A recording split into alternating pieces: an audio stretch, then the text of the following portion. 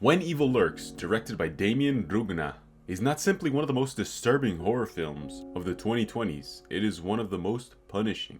Not punishing in the sense of excessive gore or shock for its own sake, but punishing in how relentlessly it strips away the comforting myths we rely on to make sense of evil. This is not a story where courage is rewarded, nor one where knowledge guarantees survival. Instead, When Evil Lurks exists in a world where the rules are known, repeated, inherited, and still ignored. This is Scare Me If You Can 95, and there will be minor or major spoilers ahead. Also, don't forget to subscribe and let me know what your favorite horror movie is. At first glance, the premise appears deceptively simple. Two brothers, living in a remote rural community, discover that something is deeply wrong nearby. The gunshots echo through the night. A neighbor has been brutally murdered, and hidden away in a decaying house is what the locals call the Rotten, a grotesquely swollen man, human vessel incubating a demonic presence that will soon be born into this world. Boomer! Boomer! Boomer! The solution? According to the rules, Don't use electric tools because it drags the evil near you. Don't be near animals because the evil can possess the animals nearby. Don't take something that the evil has been long time around. It might have remnants of the evil. Do not hurt the damned. Never call them by their name. And don't fire at them with any gunpowder. And the most important rule is to never be afraid to die, because all of these helps the evil thrive. but When Evil Lurks is not interested in whether the rules exist. It is interested in whether people are capable of following them. What immediately separates this movie from conventional possession films Is that the demonic force is not mysterious. It's not unknown. It's not even clever in any way. There is no puzzle to solve, no hidden agenda, no hidden messages that unlock safety. The horror comes from something far more uncomfortable: human impatience, human denial, and misplaced compassion. Evil does not arrive suddenly, it appears gradually, infecting every space where certainty gives way to hesitation.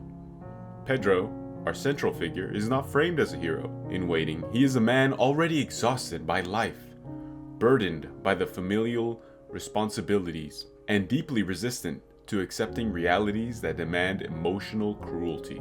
Pedro is not defined by what he does, but by what he refuses to confront. He wants the problem gone, but not acknowledged. He wants safety, but not sacrifice. And in a world like this, that mindset is fatal. The Rotten itself is one of the most unsettling concepts in modern horror. It is not a demon wearing a human face. It is a human body abandoned long before death, left alone to fester as a conduit for something older, something far more sinister and more indifferent than morality. The body is bloated, grotesque, and inert, yet it exerts influence simply by existing, its presence bending behavior. Animals react before humans do. The land itself seems aware that something has gone terribly wrong.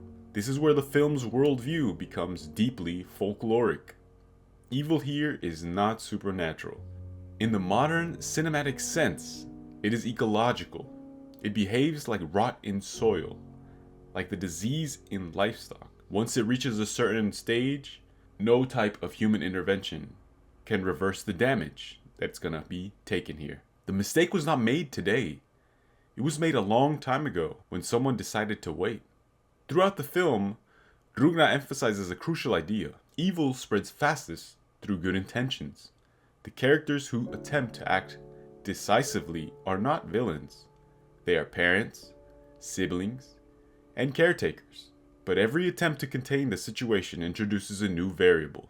Moving the Rotten accelerates the contamination of evil. Killing the infected animals, it worsens it. And protecting children ensures their involvement. Mercy becomes the delivery system. Nowhere is this more devastating than in the film's treatment of children. Horror cinema often shields youth behind metaphor or implication. When Evil Lurks rejects that entirely. Children aren't the innocents in this movie.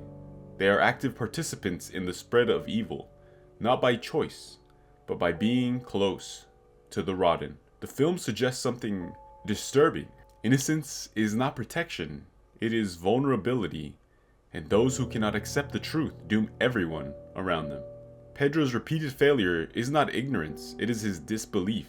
Even as the evidence compiles, even as the bodies accumulate, he clings on to hope that there must be an exception, that he will have a happy ending, that surely love overrides the rules. Certainty this time will be different. But this universe does not negotiate. Evil doesn't bargain. It doesn't tempt. It just waits. The possession mechanics themselves are chilling in their simplicity. There is no grand transformation, no dramatic moment of corruption. Infection happens quietly.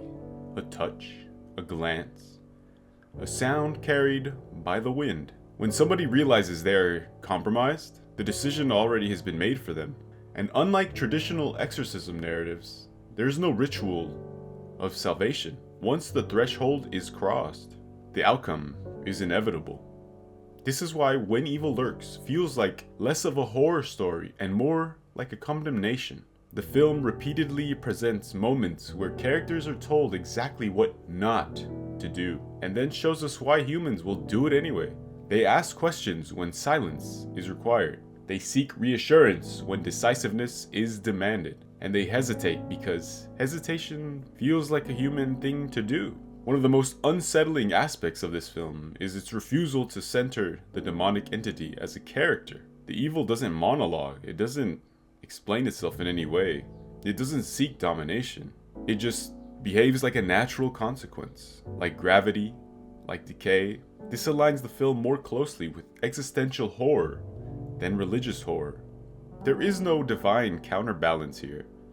No higher authority watching over the events. The universe is indifference, and that indifference, well, it's terrifying. As Pedro's world collapses, the film increasingly strips away the narrative comfort. Events don't build towards resolution. They spiral outward. Every attempt to isolate the problem expands its reach. By the time Pedro understands the full scope of what he has unleashed, the damage is irreparable. The love for his family becomes the final weapon that the evil uses against him. The ending of When Evil Lurks I found quite satisfying. That there is no victory, it's only continuation. The evil moves on, life continues, but it's altered. The implication is not that the world has ended, but that it will never be the same. And what's worse is that it'll pretend to be. The cycle will repeat itself. Someone else is gonna hesitate. Someone else will believe that they can be the hero and cure the evil. In this way, it functions as a modern parable stripped of morality's safety net. It suggests that humanity's greatest flaw is not cruelty, but the refusal. The refusal to accept some situations demand cold, irreversible action. And when those actions are avoided, the cost isn't symbolic, it's immediate. It's personal, and most of all, it is unforgiving. This film does not ask whether evil exists. It just does. The only question it poses is whether humans are capable of responding appropriately when confronted with it. And judging by everything we've witnessed, the answer is no. So I'll leave you with this question. If evil doesn't need to be called forth, only handled the wrong way, when does kindness stop helping and start causing harm? And with that, I'm Scare Me If You Can 95, and thanks for watching. I'll see you in the next one. Bye bye.